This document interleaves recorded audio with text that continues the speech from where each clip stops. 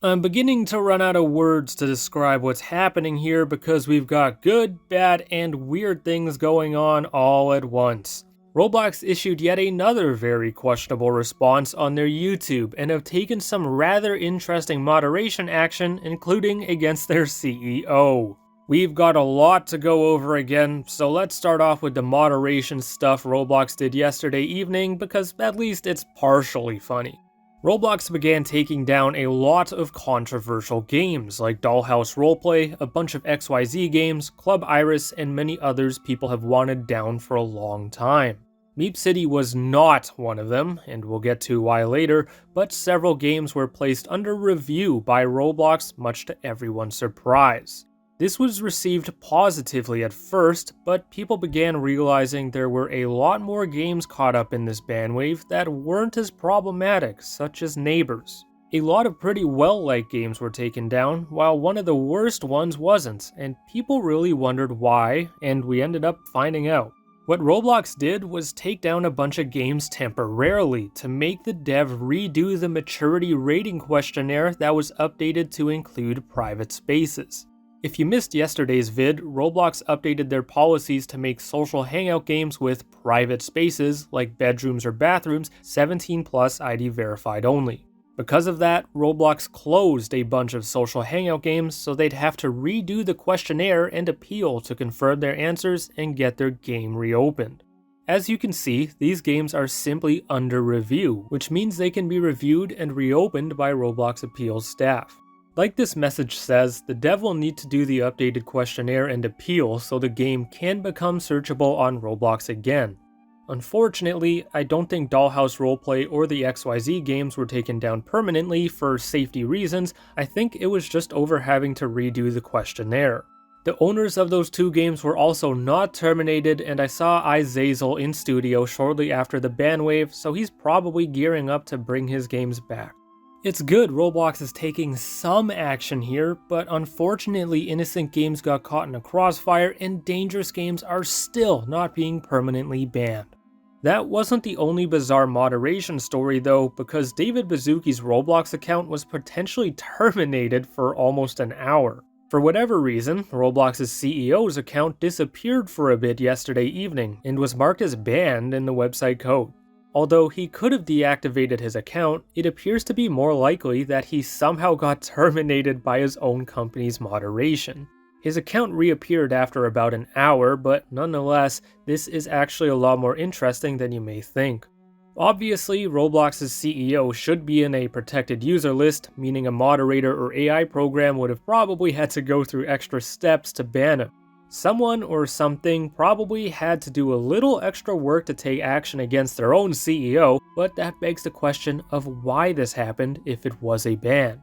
Did Roblox's AI moderation go crazy? Did a mod not know who Baszucki was? Or is someone inside Roblox rebelling and trying to send a message? With this happening in the midst of all this chaos, there is some thought that there could be a civil war within Roblox's ranks that led to Baszucki being banned. We don't know for sure what happened here, and I cannot confirm anything, so we're left to speculate, but whatever happened here happened, and his account is now back. Roblox also released a 43-minute long tech talk called Update on Our Safety Initiatives with Baszucki, Kaufman, and Senior Director of Product Policy Eliza Jacobs. To give you an idea of how well received it is, it's currently sitting at 4K to 20K likes to dislikes and got double community noted on Twitter, which I've never seen before. Baszucki's tweet and Roblox's quote tweet of it both got community noted with tons of strong sources like Business Insider, Fox, NBC, and Bloomberg. I'm not going to go over every part of this video because a lot of it isn't really relevant here, like the talks about renaming friends and how to use reports.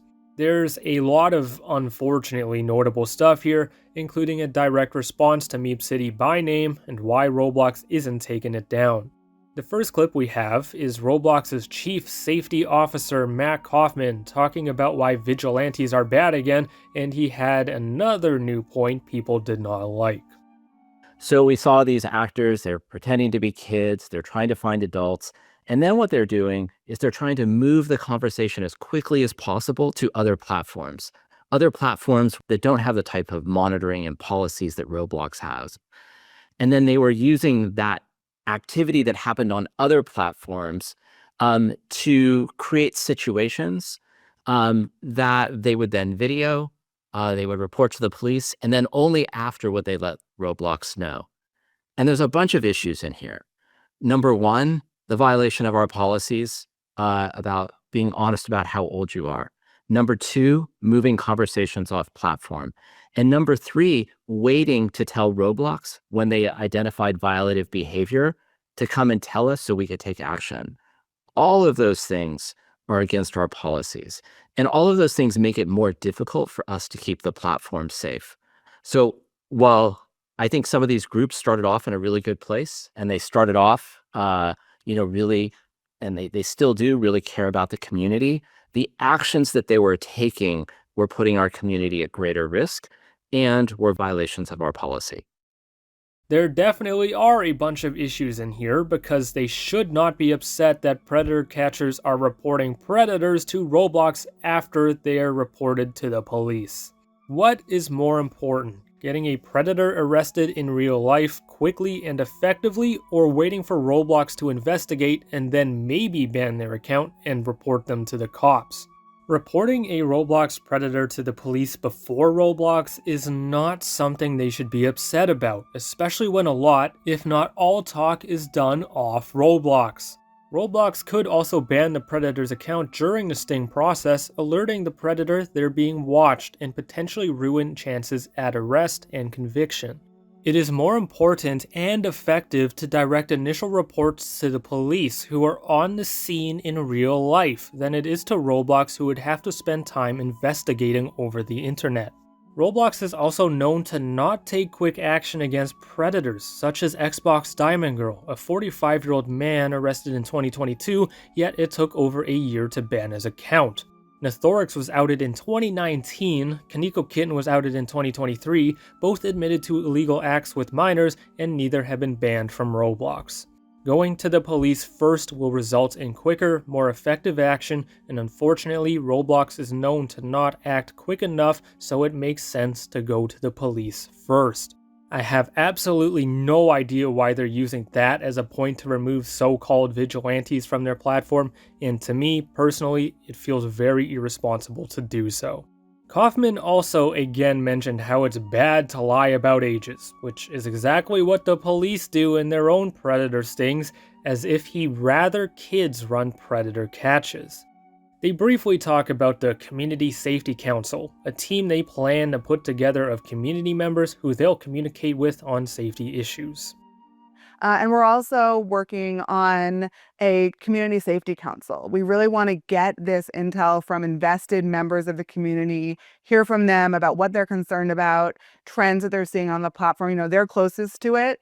And so ingesting that intel in a way that is really useful for our internal teams is something that we're working on spinning up. So stay tuned for more information on that as well.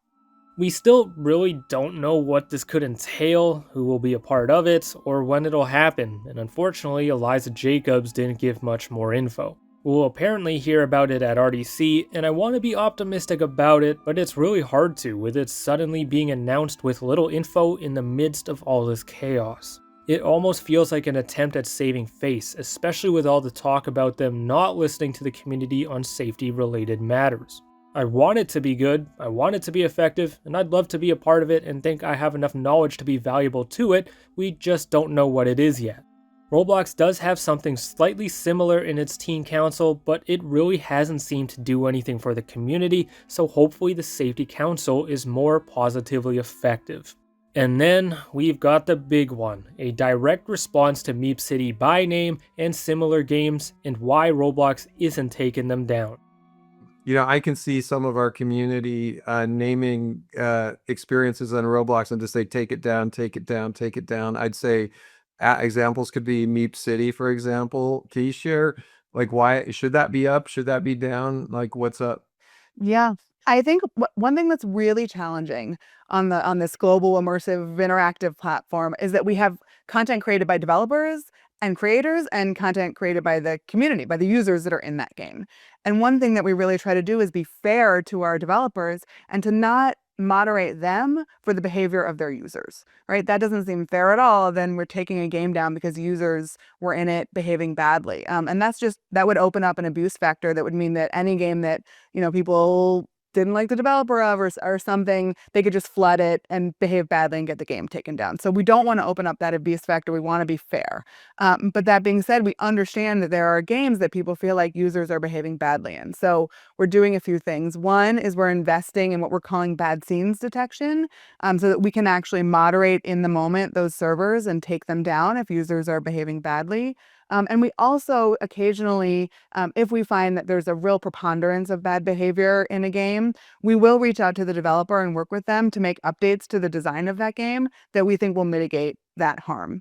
So we always want to work with our developers first and give them an opportunity to make changes to the design and see if that works to mitigate bad behavior before we go any further in actually actioning the game for the behavior of the users. Yep, Roblox does not believe it's fair to take down games like MeepCity or others with tons of bad actors because it'd open up an abuse factor. Roblox people think devs could be targeted by haters who'd flood their games with bad players to get them taken down, and that's why MeepCity and others aren't being closed. If a game is so full of violative players, they might talk to the developer to make changes to the game's design to mitigate bad activity before they take any action on it. This argument is so flawed and so easy to pick apart, especially in the case of MeepCity, which has been problematic since 2016. First of all, when have you ever heard of a case of someone sending droves of bad actors into a game to get it or its developer taken down?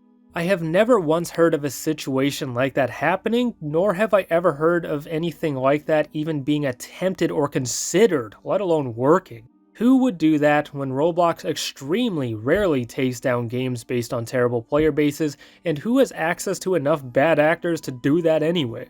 Alex Neutron has had almost 9 years to fix his game's player base, and here we are. So does Roblox think this is acceptable, or do they think this is a setup from his haters? It almost makes me wonder if Roblox fell for Alex Neutron saying the online daters in his game were trolls trying to get Flamingo's attention and stuff like that.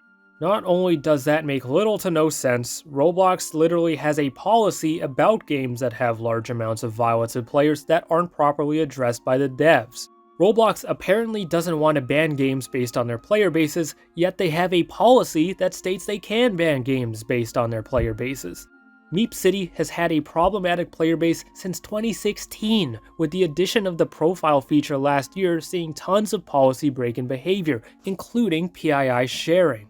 The custom avatar editor is being abused so heavily that it often only takes seconds for someone to see a custom avatar with extremities protruding out of them. It is clear this game is not being acted upon properly by its developers and is in violation of Roblox's policy about bad player bases going improperly addressed. For whatever reason, Roblox is going against their own policy to state they don't want to take down games based on bad player bases and will work with the dev to mitigate bad activity. It's also quite weird that they'd say they'd work with the dev to change the game's design, because MeepCity profiles have existed since last year, and the avatar editor even longer. They're still in the game, and still being abused, so why has Roblox not requested a design change? Is Alex Neutron not acting upon it? Or are they both okay with its current state?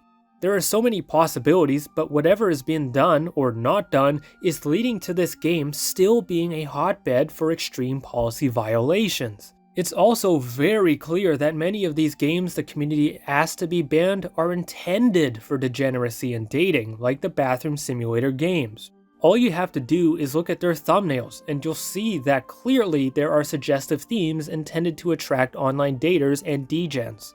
Many of these are not innocent games overrun by bad players. They're games intended to serve bad players and enable their bad activity.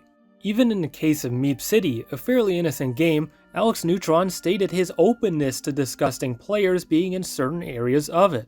There is violative intent by many games and openness from others to bad actors being in them, yet Roblox thinks it's unfair to ban them.